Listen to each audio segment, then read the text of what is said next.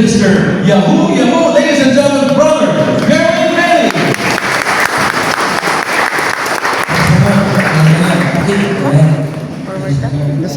Bro, I'm a fan. Praise God. Good morning, CCF Dumaguete. Good morning. Alam nyo, damang-dama ko yung energy ninyo. Parang lipit na lipit kayo sa buhay. Halatang-halata ko ang dami niyo pinagdadaanan. Good morning, CCF Dumaguete. Good morning. Naman pala, hindi ba? Hindi ba? Bakit kailangan inuulit-ulit pa o kailangan minsan tinatakot pa tayo ni Lord para maging masigla ba? Di ba? Minsan kailangan dinadouble check pa natin. Kailangan i-remind pa tayo. Alam mo, it's so sad. It's so sad. You know why? Minsan, yung nagbabase kung gaano mo makilala ang Panginoon Diyos. Minsan, kinakailangan batukan pa tayo, palungin pa tayo, para lumapit tayo ng lubos at totoo sa buhay ng Diyos. Good morning, CCF Dumaguete. Good morning. Hallelujah. Diba? I remember, I always share this story. May isang tao, may isang lalaki, pangalan niya Pedro. Sobrang tigas ng ulo ni Pedro. Umakyat siya sa building, sabi niya, tatalon ako dito. Sabi ng mga tao sa babawan, magpipilayan ka, hospital ka. Hindi, ako si Superman, lilipad ako. Sabi niya gano'n. Hindi kasi Superman, sabi niya, ikaw si Pedro, mamamatay ka pag tumalon ka. What? Sabi ng pamilya. Kayo nga po sabi niyo, what? Diba? Para kasi alam ko, pag nakakakita ako na nakakatulog, binabata ko po ng joke. Hindi, biro lang to. Biro lang. Susumigaw lang, huwag kang tatalon, hindi kasi Superman. Alam niyo, si Pedro Decidido, pumunta sa dulo. Tatalon siya. Ako, si Superman, lilipad ako. Question. Paano malalaman ni Pedro na hindi siya si Superman? Bago tumalon o pagbagsak? Pagbagsak. Sagot ko. Pagbagsak. Exactly. Pagbagsak. Oftentimes, as Christians, gusto natin, ma-experience muna natin yung pagdidisiplina o consequence ng Diyos para malaman mo, para matutunan mo na kailangan mo siya araw-araw. Oftentimes, as Christians, matigas ang ulo. Tingnan mo yung katabi mo. Tingnan mo yung asawa mo. Tingnan mo yung kaibigan mo.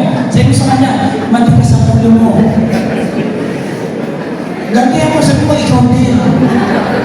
Diba? Lahat tayo ganun. Gusto natin, nasasaktan pa. That is so sad. Kaya ang maganda reminder mo sa atin, yung tinatalakay mo na CCF ngayon. Diba? Which is, you know what? I'm blessed and honored. Privilege. It is only by God's grace. Kaya ako nandito ako ngayon. Wala na akong boses. Meron mong couples retreat na nagaganap po. So, third day na po ngayon. So, medyo, sharing po kami to the max the other day and kahapon po. Kaya, part of my voice, So, bless nyo. Wala akong karapatan dito. Hindi po ako pastor. Hindi po ako pastor. Lahat ng sinishare ko po, yun po yung tinuturo ng Panginoon Diyos sa aking buhay. And this is the final series. 4 episodes po ito, if you would remember. This series of CCF, which aims to help us know God better and we know Him better. Tama? Yes. And how should knowing God impact our family relationships? Gaano kalalim ang pagkakakilala mo sa Diyos will impact your character, your role inside your home.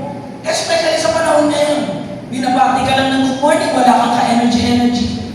Ang daming distraction sa mundong ito. Hindi ba? Ang dali natin maging affected in the government, in social media, sa lahat ng kaganapan, even in the church. Ang daming problema. Especially nowadays. Ang dali natin talaga ma-disappoint sa paligid natin. Mainly, that's social media. That's news. Everything around us. At kaya madali tayong madapa at ma-disappoint because kulang ang pagkakakilala natin sa Diyos. Kaya mahirap ang buhay Kristiyano. Sabihin niyo mahirap ang buhay Kristiyano. Mahirap ang buhay Kristiyano. That's right. Wala akong nagsabing madali. Kaya pag nakikita natin yung mga balita ngayon, nakakaiso, yung mga tungkol sa mga project, no? Ganyan no, yung mga project ko. Para wag kumahap. Tapos makikita mo, ganyan yung ginagawa. Pagkatuwa ka ba? Wala akong pinabanggit ka. Pero pag ganyan klase mga project, hindi ka humatutuwa. Kasi bali wala ako yan kung para sa bahayan. Or at least sana man lang yung project ay yung may tamang pinag-isipan o tamang diskarte. Kagaya mo ang ganda ko eh. Tsaka naiilaw kapag may budget na. Inuna mo na yung tulay. Nakita ko natin. Excuse me. Sa kagalapan niya, sobra tayong affected. Nakakainis na. Ano ba to? Minsan nagtanong ka lang, nag-comment ka. Nakita ko may nag-post, may sunog. Nag-comment ka, concerned ka kasi alam mo yung sunog. Malapit sa bahay mo, sa nag-comment ka. Sabi mo, ngayon po to, may sumagot, bukas pa, trailer pa lang to. Sino hindi maiinis? Di ba? In an ordinary day, nagtatanong ka, tapos sinasagot ka ng ganyan. So, ano yan, may nag-play, gano'n? Di ba? Ano pa? O bigla may nag-message sa'yo, where are you from? Sagot ka, Philippines. You know, I don't like Filipino. Sagot ka, sirakulo ka pala eh. Here at Argentina, Filipino is a male. Oh, here at Philippines, Argentina is a foreign being. Di ba minsan, tayo Kristiyano, dahil pinupuno ka na ng mundo, iniinis ka na. Sometimes, pumapatol ka na. Sumasagot ka na rin. So these are pictures from the internet so that we can connect. So we realize na, this is true. It's a different picture, but this is happening to my life. I'm always struggle with my husband. I'm having problems with my office, with my boss. Nakakainis talaga kaya minsan sinasagot ko. Pero wait, there's more. May mga sumasagot na Kristiyano na hindi pinapaalala kung sino sila. Nakikipagsagutan na lang po sila sa Wi-Fi connection. Bumili kayo ng sarili ng Wi-Fi. Nakabili na kami. Diyan ako pinagdadaan yung galit. Pakinaw natin. At kaya ako maganda yung series na tinalakay natin last 3 weeks. I don't know if that live speaker or live stream, but I'm sure with Pastor Peter, una po dyan, live as God's child. Anak ka ng Diyos. Sabihin mo sa katabi mo, anak ka ni Lord. Anak ka ni Lord. Di ba? Eh kung nakakalimutan mo, anak ka, actually, daddy mo sa langit, hindi ka niya pababayaan. Ano pa? Jesus in every home. Hindi ka pwede maligtas pag wala si Jesus. We need Jesus sa bawat tahanan natin. Okay? And last week, saving faith, let's pass on sa akin ni Pastor Peter. Yung pananampalataya mo, hindi mo maipapasa hanggang di ka susubukin. There is a progressive faith. Kailangan tumibay ka kapatid because God is faithful. Amen ba? Sabi niyo nga, God is faithful. God is faithful. God is faithful. Ibig sabihin, hindi magkukulang ang Diyos kung sino siya noon, ngayon at bukas, pareho siya. Pero if you don't have faith, that's a very, very big problem. Especially na wala kang ipapasang pananampalataya sa iyong pamilya. It's a good reminder for us. Bago po yan, our topic today ay malaki ang impact dito sa buhay natin at sana po ma-apply natin. Amen po ba? Amen. Pero bago po yan, pakita ko muna sa inyo itong two of the most unique creatures on planet Earth. This is the Australian Irukandji jellyfish. Jellyfish po. World's most venomous marine animal. Yung venom nito, pwede makaparalyze, cardiac arrest within minutes. Ganun kabilis. Paralyze, atake agad. And yet, the size of his head, 1 inch lang.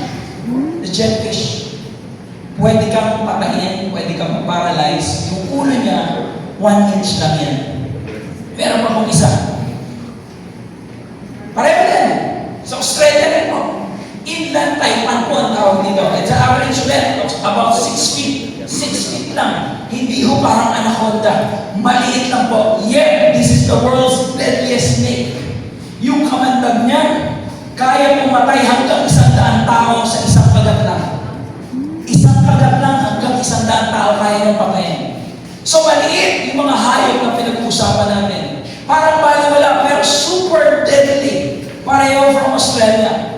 But the question, Brother Berwin, anong kinalaman niya sa topic natin today? You know what today, may isang kamandag din o lason na hindi lang affected ng isang taong nakagat. Not only one, kapatid. Not only one, kung hindi kaya rin itong lasunin ang buong pamilya. Kaya niya sirain ang buong pamilya na para bagang nilason o kinain ng kamandag. Ano po ito? Ano po itong one of the major problems inside our home? We call it unforgiveness. Maybe some of you saying right now, "Naku Lord, kaya mo pala ako dinala dito. Medyo hindi na ako mahirap, hindi ko mapatawad to." I'm telling you, CCF Dumaguete, even the retreat was planned 4 months ago, 5 months ago. And we are here. Even our brothers and sisters from Bacolod, they're here. You are seated where you are right now. Yung iba, malalayo pang pinanggalingan, dumayo, first timer, we welcome you. But I'm telling you, this message is not only for CCF or Pastor Ricky Sarko in the main, but this is for you. This is for me. This is not an accident. But we need to learn and understand one of the biggest problem, poison inside ng tahanan. Let's listen to what the late John MacArthur had to say about this. Pakibasa niyo nga po. 1, 2, 3, go. Not only is forgiveness the path to joy and satisfaction and fulfillment in the family, but an ability to forgive not only destroys relationships, it destroys the people who don't forgive. It is not only destructive of relationships, It is self-destructive.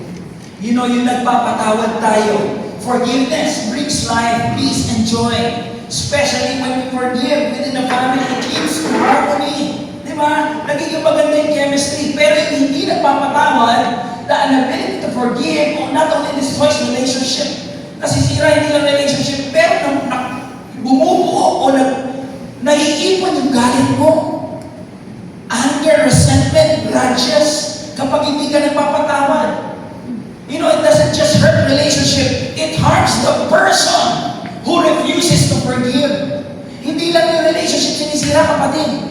Kundi yung tao, kagaya ninyo at kagaya ko, yung hindi nagpapatawad. That's why it's self-destructive. They end up carrying heavy burdens, pain, hatred. This poisons their own life and peace of mind. Wala kang peace of mind. Kala mo nakakatakas ka.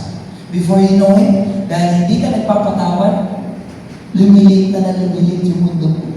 Dahil hindi ka nagpapatawad, nasistress ka na, nagkakasakit ka na. That's why the title of our message today, kanina nakita natin, God is faithful, God is our Savior. You know, this morning, God is forgiving. Choose forgiveness. Pakibasa niyo nga po yan, 1, 2, 3, go. God is forgiving. Choose forgiveness. Hallelujah. Forgiveness is a choice. It's an act of will and not emotions. Ulitin ko po yun. It's act of will, not emotions. You don't just say sorry because you feel like it. No. It's a decision coming from your heart at hindi mo kaya na ikaw lang. Yun yung pag-aaralan natin ngayon. Hindi lang yung mag-sorry ka ng galing sa ilong. Meron nun, okay, sorry galing sa mata. Sorry. Ganon, di ba? Hindi. Ito dapat forgiveness from the heart. Hindi siya emotion lang. But before that, samahan niyo po ako mag-pray tayo. Let's bow our heads. Let's go sa Father God in heaven, thank you, Lord. Oh God, salamat. Lord, salamat. Di kami karapat dapat, Lord God. It is only by your grace. That's why we are all here, Lord. Matitigas ang ulo namin. Lord, I speak blessing, conviction, Lord God. Sa bawat anak ninyo na nakikinig yan, Lord God. Will you humble our hearts, Lord? Lord, tanggalin mo kami iyabang. Lord, yung message nyo, Lord, tumago sa aming puso, sa aming isipan. Ito po yung gusto nyo marinig namin lahat, Panginoon. Nawa, even paglabas ng building na ito, hindi namin makalimutan. Magkostado kami ng pabit sa ito. Thank you, Jesus. In your mighty, powerful name, we all pray. Amen and amen. Praise God. Praise God. Malakpakan natin ang Panginoon. Hallelujah. So for the record, how do we know that God is forgiving? Paano ba natin nalaman na mapagpatawad ng Diyos? Maraming passages in the Bible, but this one first, I'll show you. Okay? In the book of Isaiah, tinagalo ko po, chapter 1:18, sabi niya doon, halikayo at tayo magpaliwanagan. Halika, tara. Pakita ko lang sa inyo, gaano man kapula ang inyong mga kasalanan, kayo'y aking papuputiin tulad ng yelo at bulak. Gaano kadumi? Gaano kasakit, kagaya ng tugong ito? Gaano kahirap? Hindi nga nag-ihil kasi sakit eh. Sabi ni Lord, gaano man kapula yan, kapatid, gagawin ko siyang yelo. Papuputiin ko siya na parang tulak. Hallelujah. Hallelujah. That's what you call God's grace. Beautiful picture of what forgiveness looks like. Based on our passage, we will look, dun sa binasa natin kanina, we will look at 3 aspects. Tatlo lang, 3 aspects of forgiveness. And the 3 aspects are as follows. Our eternal identity. Ano po yan? Forgiveness must be based on eternal identity. Hindi sa'yo lang. Who we are in Christ. Bakit mo sinasabing Kristiyano ka? At kung nasasabi mo Kristiyano ka, that's your identity. Eternal identity. Point number 2, everyday practice. Forgiveness is everyday practice. I always share this. Ang buhay Kristiyano na compare sa pagsisipilyo. Ang pagtututbrush araw-araw, hindi pwede ligo lang. So same as with Christianity. Subukan mo pag Sunday lang mag-toothbrush. Subukan mo. Pag-testing mo na tayo, hingaan mo nga yung katabi mo. Hingaan mo. Pag hindi yan nag-almusal, delikado ka. Diba? So we have to picture that. It's day in, day out. Day-to-day basis of forgiveness sa gulo ng mundo. Ng pamilya. We need to practice that every day. What else? Our excellent model. Hallelujah. Hallelujah. The most important part of this service. Forgiveness is based on Jesus Christ. Not on religion. Not on CCF. Not on this organization. Not with Pastor Peter. No, it's Jesus Christ. Our excellent model of forgiveness. So now let's begin with our eternal identity. Ano po sabi ni Max Lucado? You will never forgive anyone more than God has already forgiven you. Ano ibig sabihin? Mas maraming beses tayong pinatawad ng Diyos kaysa sa daming beses na kaya mong magpatawad. Mas maraming beses na pinatawad ka at ako ng Diyos kaysa sa daming beses na kaya mong magpatawad at ako. It only means wala tayong rason para hindi magpatawad. Point number 1 pa lang, balinaw na. Klaro na. Ibig sabihin, that is part of our identity bilang Kristiyano. Our identity as a Christian, I am forgiven. And if we claim, we say that we are a follower of Jesus, part of our new identity is in Him. We are forgiven. Amen? Amen. Amen? Amen. Hallelujah! Diba? Ang nakakalungkot, sinasabi natin follower tayo. No. Baka hindi. Maybe you are not a follower. Maybe you are just a fan. Let's double check that. Maybe I'm just a fan of CCF. Maybe I'm just a fan of this organization. Maybe I'm just a fan of born-again Christian. You double check. But when you say you are Christian, you are saved, cleansed, loved by Jesus. And we are forgiven. So, sino ka? Sino ka, Berlin, para hindi magpatawad? No reason. Let's go to our passage in verse 12.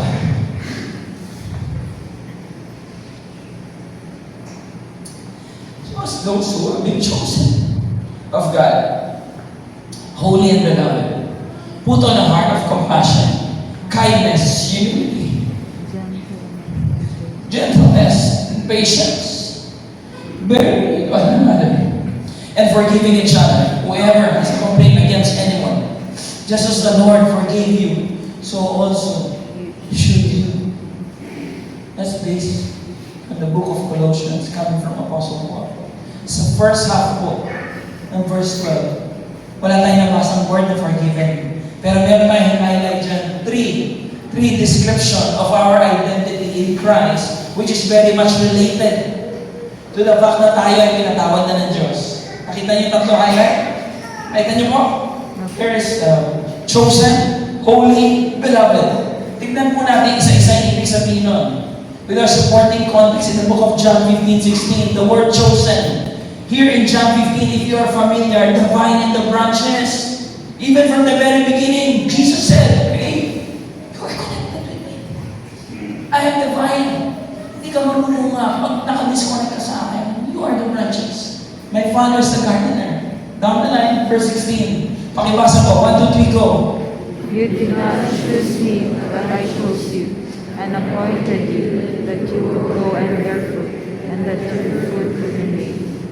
Exactly. The chose word. Select out of by highly deliberate choice. Wow! Special selected ka. Hindi ito basta-basta lang. Hindi aksidente na napili ka. Hindi po. You are specially chosen. Hindi rin natin ito deserve. Baka iniisip mo, dahil mabait ka, dahil matulungin ka, dahil lagi kang inaapi, kaya ka pinipili ni Christ. No. No, no, no, no. It's not by works, you remember that. And you are appointed because you have purpose and you are ordained. Yung appointed, we have special mission. That's why hanggang ngayon, buhay ka pa rin. Diba? Naisip natin yun, dami mo na dinaan ng problema, pero hanggang ngayon, buhay ka pa rin. Tignan mo yung kasama mo. Tignan mo yung kasama mo. Tignan mo yung kasama mo, kapatid. Sabihin mo sa kanya, akalain mo. Sabihin mo sa kanya, akalain mo. Buhay ka pa. That's what you call God's grace. Hindi na dapat tayo buhay. Sa dumi ng pag-iisip mo, sa kasakiman mo, katahapan mo sa mundo, sa dumi ng panagalita mo, sa inggit mo palagi sa kapwa mo, we don't deserve this. But God chooses us. We are chosen. Sabi mo dyan. So what is the purpose? So moving forward, what is the purpose? So sabi kasi chosen. And what is the purpose? Meron tayong special mission or purpose. Being holy, sabi sa 1 Peter chapter 2 verse 9. But you are chosen race, a royal priesthood, a holy nation, a people for God's own possession. Hindi ka lang pinili ng Diyos. Kaya yung identity mo na pinatawad ka, kaya dapat magpatawad ka because you are special. God's own possession. Pag-aari ka na ng Diyos. Every legit follower of Jesus is set apart for a purpose. Remember, to be holy is set apart. Hindi sinabi maging perfect ka. Hiniwalay ka sa dilim. Dati hindi ka nag-church. Dati mas palamura ka. Kunti na lang ngayon. Dati mas naseko ka. Kaya red doors na lang. Kidding aside,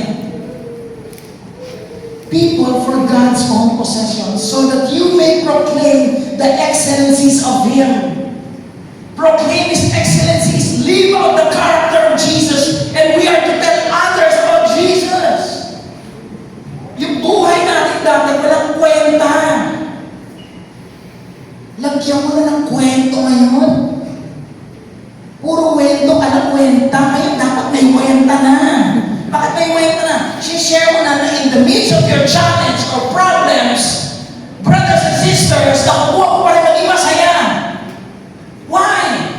That's God's grace because you are chosen. That's your identity. And sinet apart tayo. We are practicing holiness. Kaya nga sa Tagalog dito, excellencies of Him was called you out of darkness into His marvelous light. Sabi mo dyan, upang magpahayag ng mga kahangahangang ginawa niya. May testimony ka na ba? Meron ka bang something to praise about today? Kapag hindi mo nakita kung ano yung dapat na ipagpasalamat at ikwento sa buong araw na ito na ginawa ng Diyos sa'yo, kapatid, magtaka ka na. Kung hindi mo makita ang ginawang biyaya ng Diyos sa'yo ngayong umaga. Upang, sabi niya, tumawag sa inyo mula sa kadiliman patungo sa kanyang kahangahangang kaliwanagan. Grabe yun. Dami ng ginawa ng Panginoon Diyos, hindi lang sa amin. And I'm sure sa inyo rin. Kailangan mo ng lakihan yung mata mo. Sabi yung mata mo, kapatid, bilang Kristiyano. Count the blessings, not the problems. Let's move forward. The third aspect of our eternal identity, beloved. Hallelujah. You know what's beloved? Sabi dyan, 1 John 3:1. See how great a love the Father has bestowed on us, that He would be called children of God, and such we are. Grabe! Kalaki pag-ibig ng Diyos. Sabi ni Pastor Edric, he talks about adoption. And when we hear the word adoption, inaampon, tama? Question. Ano kailangan gawin ng sanggol para siya ay mapilit para ampunin? Meron ba gagawin ng sanggol? Close open na, close open. Wala! Sanggol pa lang yun eh. Para ampunin yun, di ba mami? Para ampunin yun, pipiliin talaga yun. Walang kailangan gawin ng sanggol. Pinili kayo, pinili ako ng Diyos. Yan sinasabi dyan. We are beloved. Minahal tayo ng Diyos. Grabe yung pagmamahal sa atin ng Diyos. Walang kailangan i-effort. Hindi kailangan i-effort para piliin ka, kapatid. Yung pumunta ka dito, alam ng Diyos. Dapat alam mo na mahal natin. Mahal tayo ng Diyos. Amen ba? Amen. Amen. Now the question is, ano yung i-impact sa buhay natin? Yan, maganda yan. Ano yung sa impact sa buhay natin matapos tayong pagkawalan ng Diyos? Kasi kung sinasabi mo, Kristyano ka, pinatawad ka ng Diyos, nauunawaan mo yung chosen, holy, beloved, kamusta ka naman? Ano mang hambun ka ng atiliman yung mga isda? Kamusta ka naman? Anong impact sa'yo? Di ba paano ka naglilingkod? Paano mo minamahal ang Panginoong Jesus? Paano mo na ipapakita na may kwento na o may kwenta na yung kwento mo? So, this is the story. Yung makasalanan ng babae.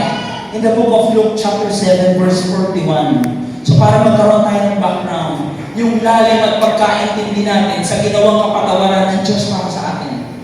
Ulitin ko, yung lalim at dahilan ng relasyon natin sa Panginoon dahil sa ginawa niyang kapatawaran para sa atin. Kamusta yun? That's my question before we go here. In this picture, may isang babae makasalanan. Pumasok siya sa bahay ng Pariseo na si Simon. Andiyan ang Panginoong Jesus. Makasalanan yung babae, pero marami siyang dala. Marami siyang ginawa para sa Panginoong Jesus. Sabi ng Pariseo, nagtataka siya si Simon. Panginoong Jesus, kung propeta ka, alam mo nangyayari. Alam mo kung makasalanan yan bago pa yung pumunta dito, di ba? Eh, ba't kinakausap mo? And then, Jesus Christ explains. Nagkwento ng parable ng Panginoong Jesus. Kahit tinagalog ko po, okay lang ba? Tagalog? Eh, dapat nga gagawin ko nga ng Chinese, kaya naman. Sabi dyan, may dalawang tao. Sabayin niyo po ako, para comics na ba? Okay lang ba? Sige, 1, 2, 3, go. May dalawang tao. Utang sa isang makahiram ng pera. 500 sa labing pila. At 50 sa labing pila. Naman ang dalawa. Nang hindi sila makabayar. Kapwa sila kinatawag. Ngayon, Sino kaya sa kanila ang higit na magmamahal sa akin? yan, that's the question. Makita natin. Meron isa, 500 na inutang. Tama? Yung isa naman, 50 lang. Tama? Okay. Sino sa tingin ninyo ngayon, yung mas mabibless na pinatawad? Yung maliit na utang o yung mas malaki? Salamat po sa pagsagot niyo. Good morning po. Sino tingin niyo yung mas mabibless na pinatawad? May utang itong grupong to, 1,000. Diba sa akin, may utang kayo. Eto, 10 piso lang. Tapos pinatawad ko kayo pareho. Sino tingin niyo mas mabibless? Eto o eto? Nagpatawad. Sino? Ang nagpatawad. Pawis na ako. Hindi ko sila, tama di ba? Tama kasi laki eh. Siguro sasabihin niyo, Lord, ito man, utang na pala, 1,000 na utang mo. Di ba? Ganun tayo, sigurista ka eh. Sigurista ka. Kaya tinanong ni si Simon, sumagot si Simon, sa palagay ko po, ang pinatawad mo na mas malaking utang. Ang sabi ng Panginoong Jesus, tama. Yun ang tugon ng Panginoong Jesus. Nagkwento ang Panginoong Jesus. Alam niyo, nilingon niya ang babae at sinabi kay Simon, nakikita mo ba itong babae nito? Pumasok ako sa inyong bahay at hindi ko man lamang ako binigyan ng tubig para sa aking mga paa. Ngunit hinugasan niya ng luha ang aking mga paa at pinunasan ito ng sarili niyang buhok. 45, hindi mo ako hinalikan, ngunit siya mula nang pumasok ay hindi tumigil ng kahalik sa aking paa. Hindi mo nilagyan ng langis ang aking ulo, subalit binuhusan niya ng pabango ang aking mga paa. Sabi ng Panginoong Jesus, continue. Kaya't sinasabi ko sa inyong lahat, CCF Dumaguete, Brother Bernie, malaki ang kanyang pagmamahal sapagkat maraming kasalanan ang pinatawad sa kanya. Ngunit ang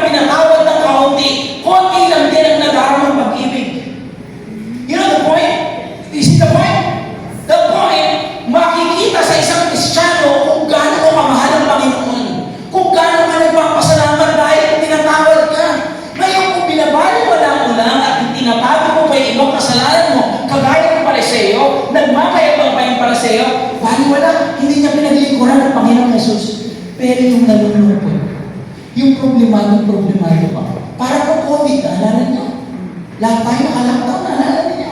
Iyak ka ng iyak ko, sinapan ko, nagtulungan mo po kami. Yung pamilya ko, may sakit na wala kami pera. Pero nang inayos ng Lord lahat, kamusta? Anong ginawa natin para sa Panginoon Jesus? You know, there's a difference. Those who deeply realize the weight of their sins and experience God's forgiveness respond with deeper gratitude and love. Sige Lord, ramdam ko yung presensya mo. Dito ako sa system na magagawa si Sir. Sige Lord, thank you po. Mag-join na ako ng D-group. But the deeper the awareness of forgiveness, also the greater the love expressed. Kaya nakikita ang resulta kung gaano kalalim ang relasyon mo sa Panginoong Jesus, especially sa anggulo ng pagpapatawad. That is our eternal identity. Now, we go to the second point, our everyday practice. Araw-araw, ano sabi ni Martin Luther King Jr., forgiveness is not an occasional act. It is a constant attitude. Araw-araw. Tama? Kanina, ulit ko kanina ng konti. Pero kami ho sa bahay. Tagal na po kami kasal ng asawa ko, may dalawa na po kami anak. But you know, I'm sure sa bahay nyo rin, family is composed of imperfect and sinful people. Tama ba? Family is composed of imperfect and sinful people. Tama ba? O, so kami lang marumi. Nainis kayo. Ganun ba yun? O, perfect kayo ba na? Ayaw na sumagot. Alayo ang binahay namin, antipolo pa kami. Tapos ganyan kayo. Kailan ako ibigay ulit ni Brother Butch? Buti kung ako nila kami dito. Sa sarap ng pagkain nyo. Sa bahay niya may problema ba? Oo. Marami. Marami si Pedro. Di ba? Pamilya sa loob ng bahay. Sige, ganito na lang. Para walang sisihan. Magbabanggit ako ng mga characters natin. Okay? Yung mga pag-ugali sa loob ng bahay. Sumagot lang kayo ng meron. Okay? Okay? Okay. Sige. Sa loob ng bahay ninyo, meron ba mabait? Meron. Makala? Meron. Magasto? Meron. Madala sa cellphone? Meron. Marami. Di ba? Di ba? Nag-iray tumi. Ay, ito, masungit. Marami. Meron. Malakas kumain. Marami. Malaklamo. Makulit. Meron. Meron. Ay, ito, magibintangan. Meron. Marami. Kita nyo na. Thank you for your honesty sa church kayo. FYI. Di ba sa bahay mo wala? Nakita mo, ang dami ng problema. Tapos yung asawa ng isang matampuhin, di ba? Hindi na natin sasama niya yung asawa ng matampuhin. Ano nangyari? Sinabi mo lang maalat sa adobo niya, kumanyan na. Darling, sabi na, hindi, ikaw sa bubong. Di ba may mga ganyan sa mga lalaki? Pag nagpapakarawas, di ba? Minsan susubukin ang pasensya natin. Nagpakarawas ka, yung karawas mo ay ginalingan. Pati yung sinapon sila yung sasakyan mo. Di ba? Araw-araw. Again, these are pictures from the internet that we can relate. We can relate. Ibang istorya, ibang picture yan, pareho. Nakakabwisit. Ang daming plastic. Ang daming hipokrito. Mapagpanggap. Yung ka-opisina mo, ka-eskwela mo, ganito itsura, di ba? Pagpapunta sa Christmas party, ayos na ayos. Nung pauwi na, ano itsura? Sako ng bigas, mga tinang pagkain, wala na, di ba? Ganyan yun Nung unang panahon ko, sa totoo lang, hindi ko nakakatakot umuwi. Tignan niyo kung gaano kagulo ng mundo. Nung unang panahon, hindi ko nakakatakot umuwi sa gabi. Kasi mapayama pa. Ngayon po, sa totoo lang. Ito po sa totoo lang ngayon, kahit tangalan ka pa, mag-aalaman ka na. Kahit tangalan ka pa, mapapaisip ka na kung saan madadaan.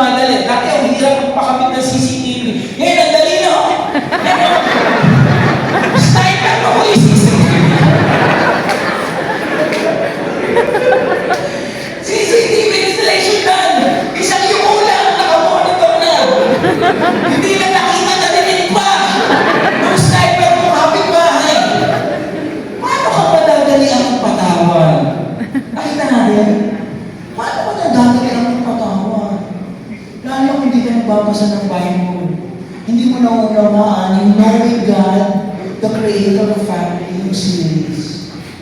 Sayang, di ba? Ang gulo ng mundo. So we continue. In verse 12, sabi ko doon, continue tayo. Verse. So then, 12 ba ito? 13? Check na. 12 ba?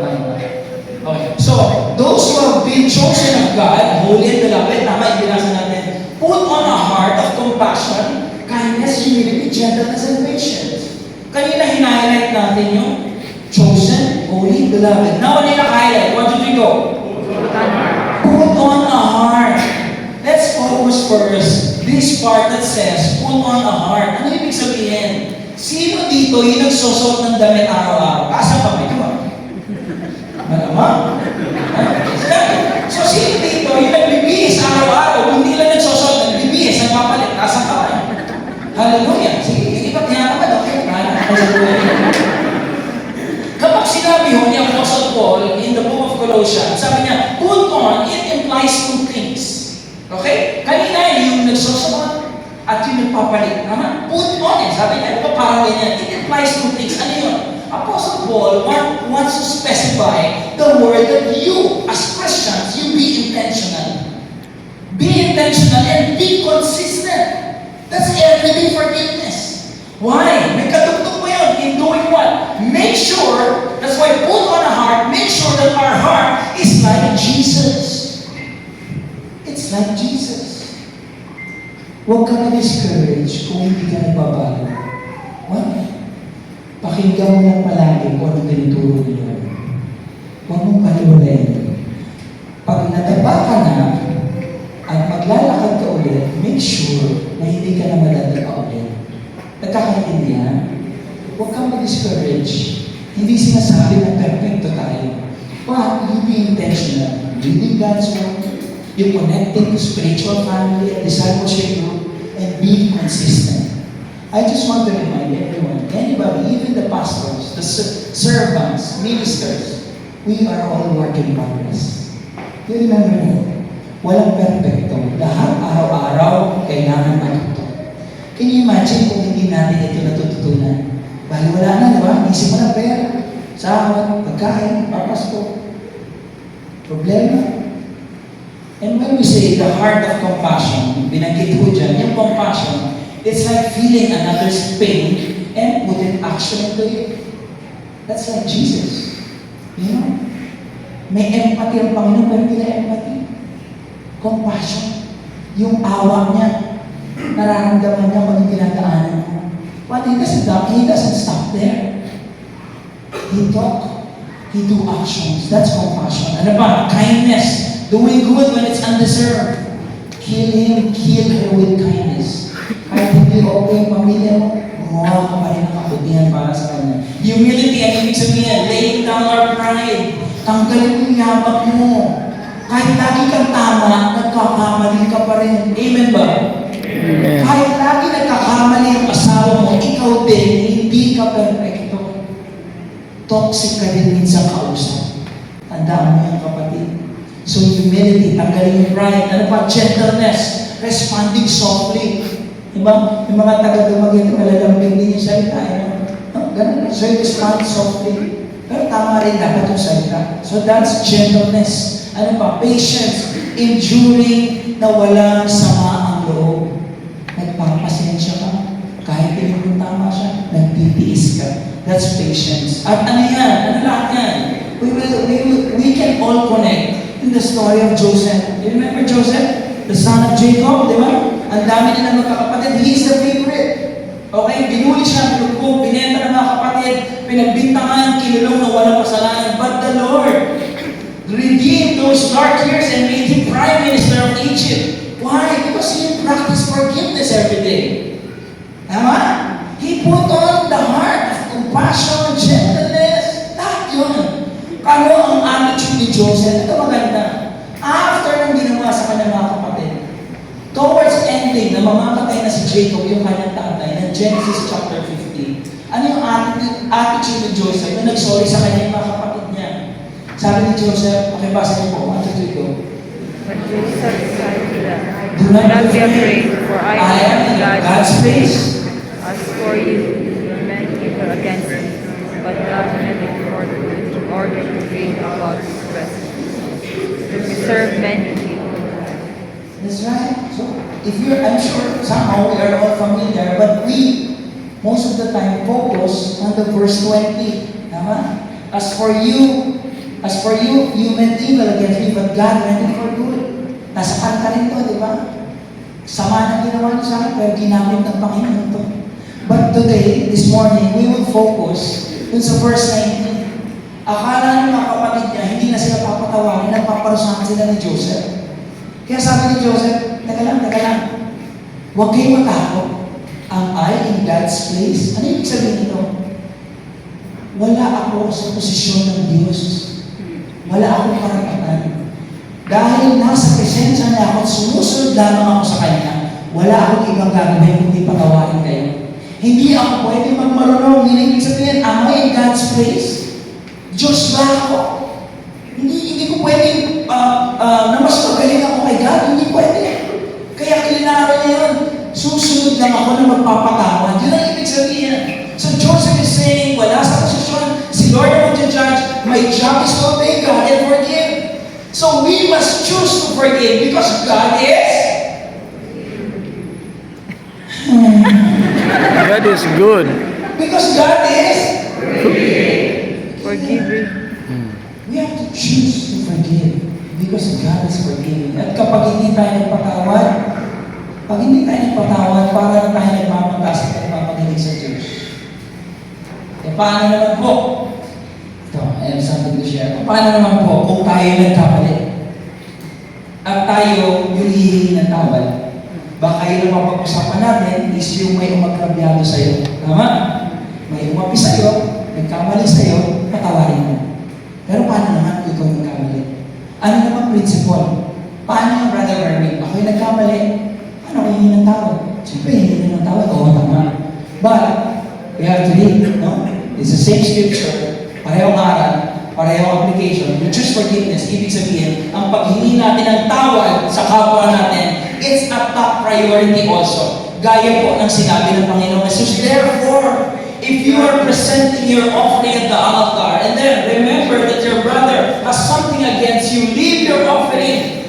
Huwag mo na lumapit sa akin. Kung hindi mo kailangan ng alay mo, leave your offering there before the altar and go. First, be reconciled to your brother and then come and present your offering. Ibig sabihin, ayusin mo muna yung problema mo. Patawarin mo rin siya muna. Humingi ka rin ng tawad sa Kanya. Hindi ka makakalapit sa Diyos. Sabi dito, we cannot claim to worship God and refuse to forgive others. That cannot be. Ganun din mo yun. Bago tayo lumapit sa Diyos, humingi muna tayo ng tawad sa mga nasaktan natin. Tama ba? Yes. Hindi ka makakalapit. Same thing, iwan mo yung offering mo. Be reconciled first. Mag-usap muna kayo. But our responsibility is to ask for forgiveness. It doesn't matter kung patatawarin ka na nakaaway mo o problema mo. It doesn't matter kung magsusorry siya sa'yo, tatanggapin niya yung sorry mo. It doesn't matter. The big point is we obey to forgive others also and ask for forgiveness. Amen po ba? Amen. Yan, sige.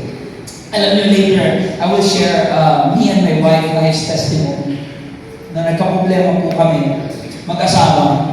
Praise God, was healed, restored. And kaya lang, gusto ko lang malaman, hindi ko ito na-share sa iba. Dito lang po sa CCM Dumaguete. Yeah. Kaya lang, hindi ako makamove on noon. Akala ko po kasi okay na.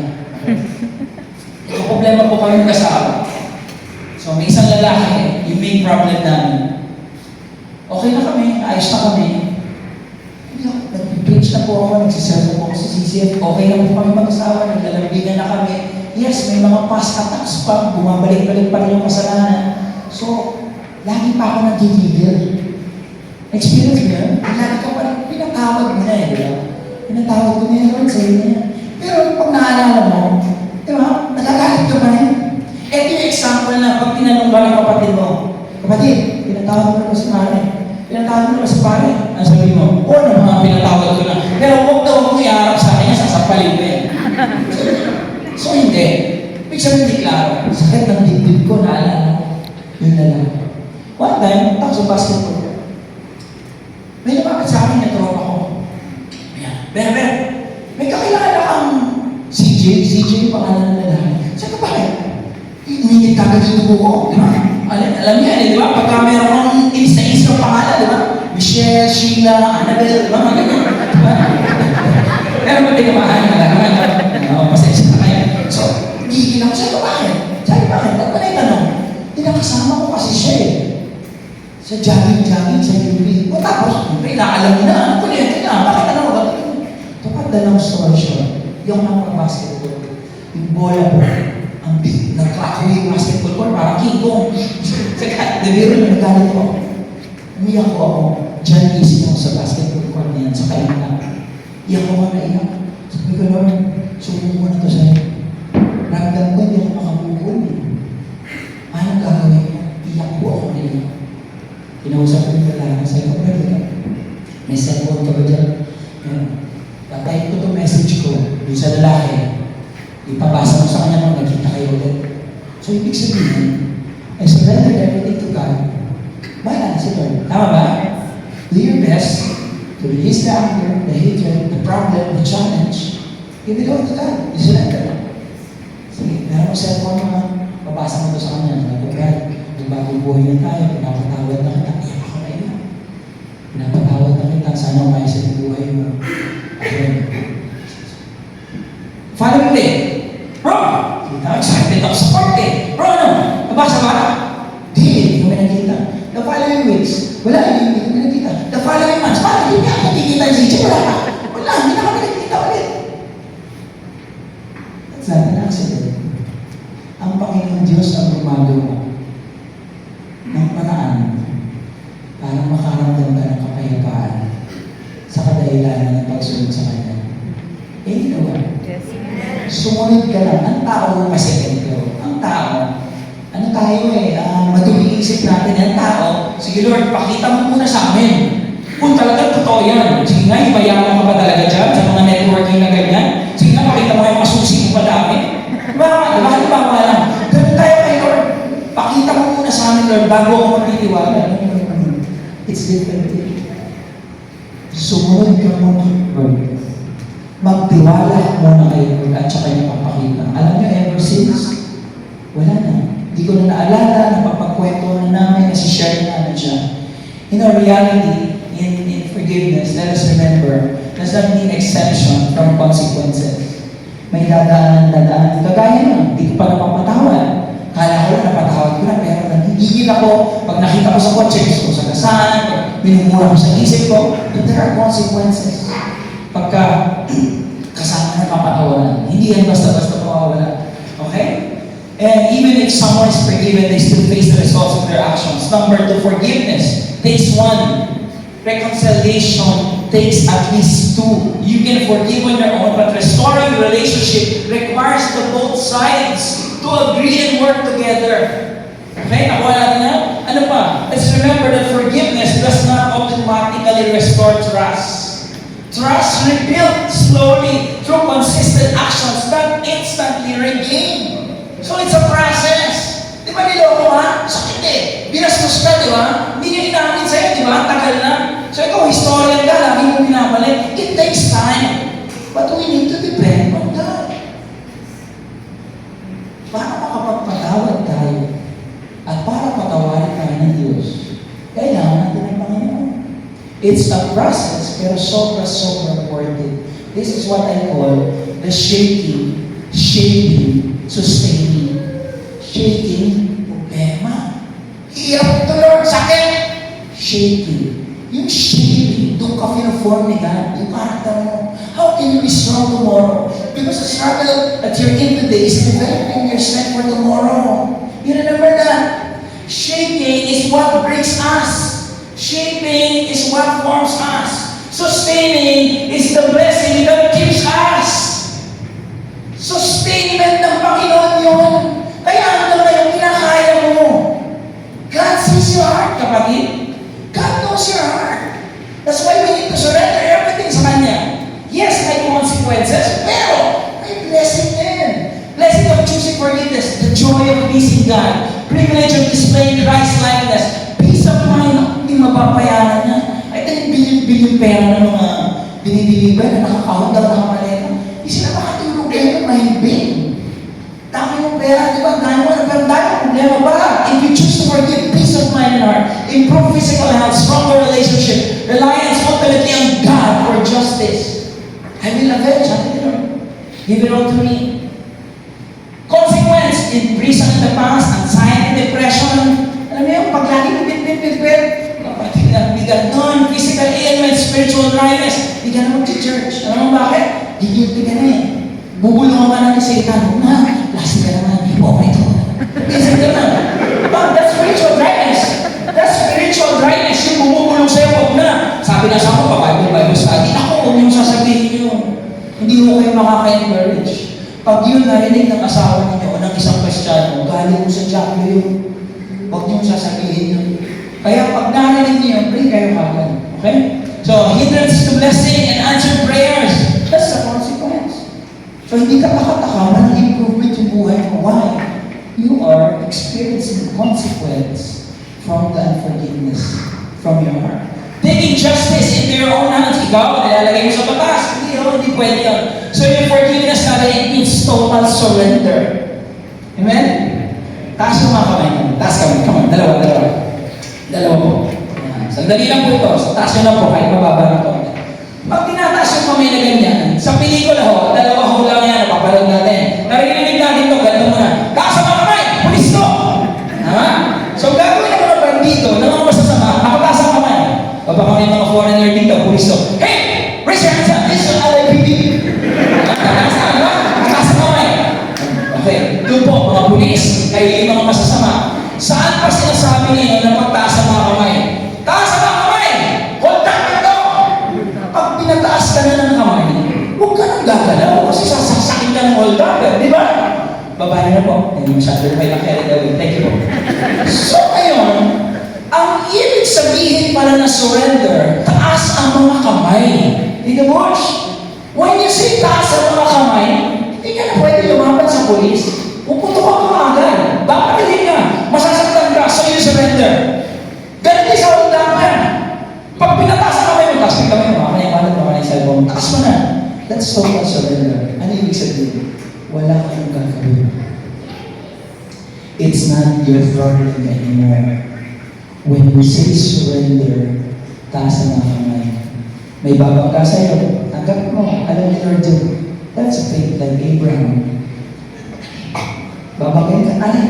Susundungin ka, alay. Wala kang pera, wala kang tutukot, surrender na eh. Kasi pag tutukot ka, naman naman mo, wala naman. Di ba, huwag ka nang tutukot, wala kang pera, huwag ka nang tutukot. When we say surrender, hindi na ikaw ang ikilos. Si Lord na. Kakaintindihan? Hallelujah. Hindi ko alam kung naato kayo o tayo na ginagawa. O talaga tinatamaan kayo. Number 3, our excellent model. We'll almost end. Siguro mga 10 minutes and 1 hour. Our excellent model. Sabi ni C.S. Lewis, to be a Christian means to forgive the inexcusable. Because God has forgiven the inexcusable in you. In me. Di ba? Yan ang Kristiyano patungkol sa pagpapatawad. Patawarin mo kahit hindi mo maunawaan. Bakit? Marami ka rin hindi maunawaan sa pag-uugali mo. That's C.S. Lewis. We continue, verse 13, the second verse. Bearing with one another and forgiving each other, whoever has a complaint against anyone, just as the Lord forgave you, so also should you. Bearing with one another. May ibig sabihin, understanding that no one is perfect. You bear with one another. Huwag mo tatanggalin yun. Isipin mo na nagkakamali ka rin. Lahat kayo nagkakamali. You try to understand. And the second half, makikita natin yung kapatawaran mula sa Panginoong Hesus.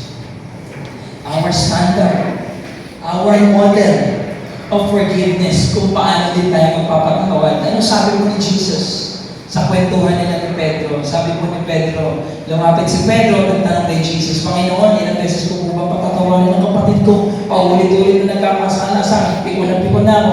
7 beses po ba? Ganun po ba? Pito. Alam mo yung Judaism, no? Ang paniniwala doon, ang kanilang law, ay ay isang kasalanan, ang isang patawad mo hanggang 3 beses lang for the same offense. Hindi na pwede. Kaya Pedro, Peter, is saying here, sobra-sobra na yan. Siguro, Panginoon. No, sabi ni Jesus, hindi ko sinasabing 7 beses, kundi 70 ulit na 7. Sabi ni Jesus, we must prepare for unlimited forgiveness. It's unlimited, kapatid. 7 times 7. It's not literal. Kung yun literally mo, lagpas pang height sa dami natin kasalanan. And then Jesus tells us a story. Sapagkat in the book of Matthew 18:23 and 24, ito muna yung basahin natin. Mabilis lang po ito. Napakagandang illustration. And of course, another parable of Jesus Christ for us to understand. Sapagkat ang kaharian ng langit ay katulad nito. Again, doon muna tayo. Kaharian ng langit katulad nito. So Jesus is saying, example ko ito, pero ganito ang langit ha. Ganito ang batas ha. Continue. Ipinasya ng isang hari na hinga ng ulat ang kanyang mga alipin tungkol sa kanilang mga utang. Unang dinala sa kanya, ang alipin may utang na milyon-milyon piso. Sabi ng hari, sino may mga utang? Ito, milyon-milyon. Okay. Dahil sa siya'y walang pambayad, na iniutos ng hari na ipagbili siya pati ang kanyang asawa, mga anak, at lahat ng kanyang ari-arian upang siya'y makabayad. Hindi siya pinarasahan. Pinagbili lang para makabayad siya. Okay? Ipagbibili lang siya. Lumuhod ang taong ito sa harapan ng hari at nagpakaawa. Mahal, patawarin niyo po ako. Bigyan pa ninyo ako ng panahon at babayaran ko sa inyong lahat. Humingi pa siya ng panahon na babayaran daw niya lahat. Tandaan niyo po yan. Verse 27. Naawa sa kanya ang hari kaya pinatawad siya ng kanyang pagkakaputang at pinalaya. Naawa ang hari. Sige na. Okay na. You are forgiven. Huwag mo nang bayaran. Okay na yan. Sige na. Pinalaya. Excuse me. Ngunit pagkaalis roon, ay nakatagpo niya ang isa niyang kamanggagawa na may utang na ilang daang piso. Konti na yung utang sa kanya, ng kaibigan niya, yung tao pinatawad na kami. Sinong kapal niya ito sa leeg? Sabay sigaw, magbayad ka ng utang mo. Hanip ka. Hinahip siguro. So di ba pag nakita mo, kapal yung mukha mo, pinatawad ka ng Diyos o ng hari sa utang mong malaki, kasi ito, 100 piso. Kung makapanakit ka sa kapwa mo. So, moving forward, lumuhod ito at nagmakaawa sa kanya. Bigyan mo pa ako ng panahon at babayaran kita sa akin ng tao. Ngunit hindi siya pumayag. Sa halip, ito ipinabilang ko niya hanggang makabayan. What happened? Labis na nagdamdam ang ibang mga tauhan. Alam niyo kung sino itong mga tauhan na ito na nagdamdam? This is your discipleship group. Ito yung mga kasama niyo sa church. Nagdamdam sila. Si brother, nagkasala, hindi pinatawad nyo. Usap-usap sila, pinag-pray nila, sinabi nila kay Lord. Sinabi nila sa hari, ano ginawa ng hari? Kaya pumunta sila sa hari at isip mo kung pangyayari. Ipinatawag ng hari ang malupit na lingkod. Napakasama mo. Sabi niya, pinatawad kita sa utang mo sapagkat nagmamakaawa ka sa akin. Nagmamakaawa ka sa akin, sabi niya verse 33, naawa ako sa iyo. Hindi ba dapat ka rin sana nahabag sa kapwa mo? Diyan pa kayo? Verse 34, pakibasa niyo po. 1, 2, 3, go. At sa galit ng hari, siya ay pinagbilanggo hanggang sa mabayaran ang lahat ng kanyang utang. Gayon din ang gagawin sa inyo ng aking Ama na nasa langit kung hindi ninyo pagkatawarin ng buong puso ang inyong mga kapatid. And that is Jesus Christ saying that highlighted verse on verse 35. Sa galit ng hari, pinabilang ko. Sabi ni Jesus, ganyan din ang gagawin sa inyong mga. What's the message today? Pakibasa po, 1, 2, 3, go. Forgiving, choose forgiveness. This morning po, we will share. I would like to call my wife, Lara, palakpakan natin.